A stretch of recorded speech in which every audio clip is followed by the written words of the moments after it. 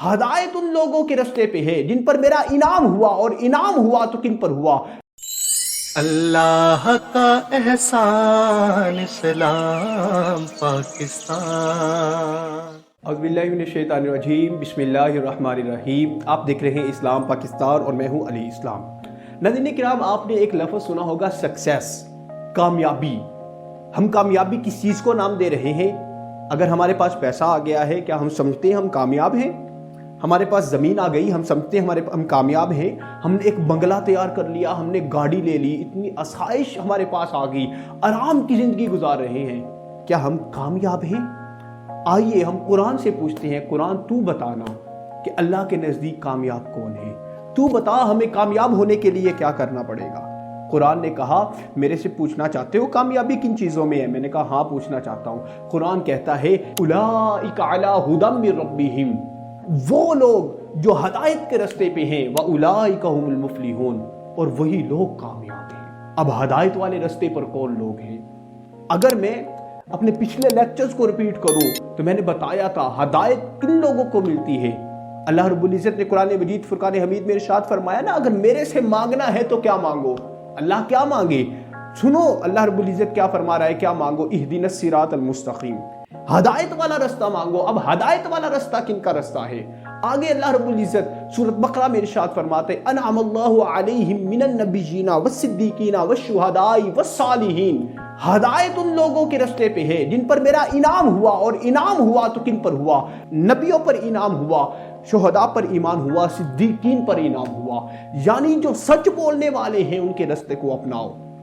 سچ بولنے کی اگر بات آئے تو ہمارے مائنڈ میں فوراً جناب سیدنا صدیق اکبر رضی اللہ تعالیٰ عنہ کی ہستی سامنے آ جاتی ہے۔ یعنی اگر آپ نے سکسیسفل ہونا ہے، اگر آپ نے فلاح پانی ہے، اگر آپ نے اللہ کے نزدیک ہدایت والے رستے پہ چلنا ہے تو جناب سیدنا صدیق اکبر کے رستے کو اپنانا پڑے گا۔ اگر آپ نے رب کے نزدیک ہدایت والا رستہ اپنانا ہے تو پیارے آقا علیہ الصلوۃ والسلام کی سیرت کو پڑھنا پڑے گا۔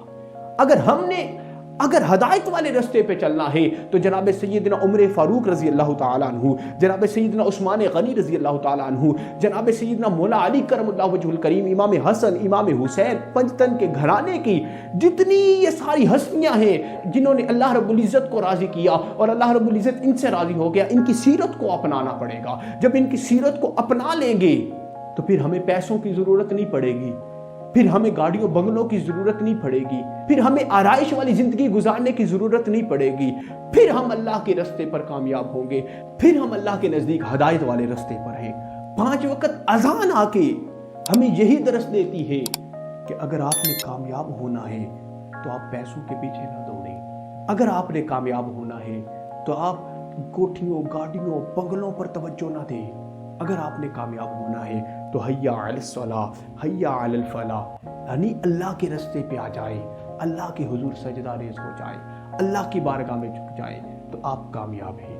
ناظرین کرام، اب پتہ چلا کامیابی گاڑیوں میں نہیں ہے، کامیابی بنگلوں میں نہیں ہے، کامیابی پیسوں میں نہیں ہے، اگر کامیابی ہے تو اللہ کے بتائے ہوئے رستے پر ہے، پیارے آقا علیہ الصلوۃ والسلام پر ایمان لانا ہے۔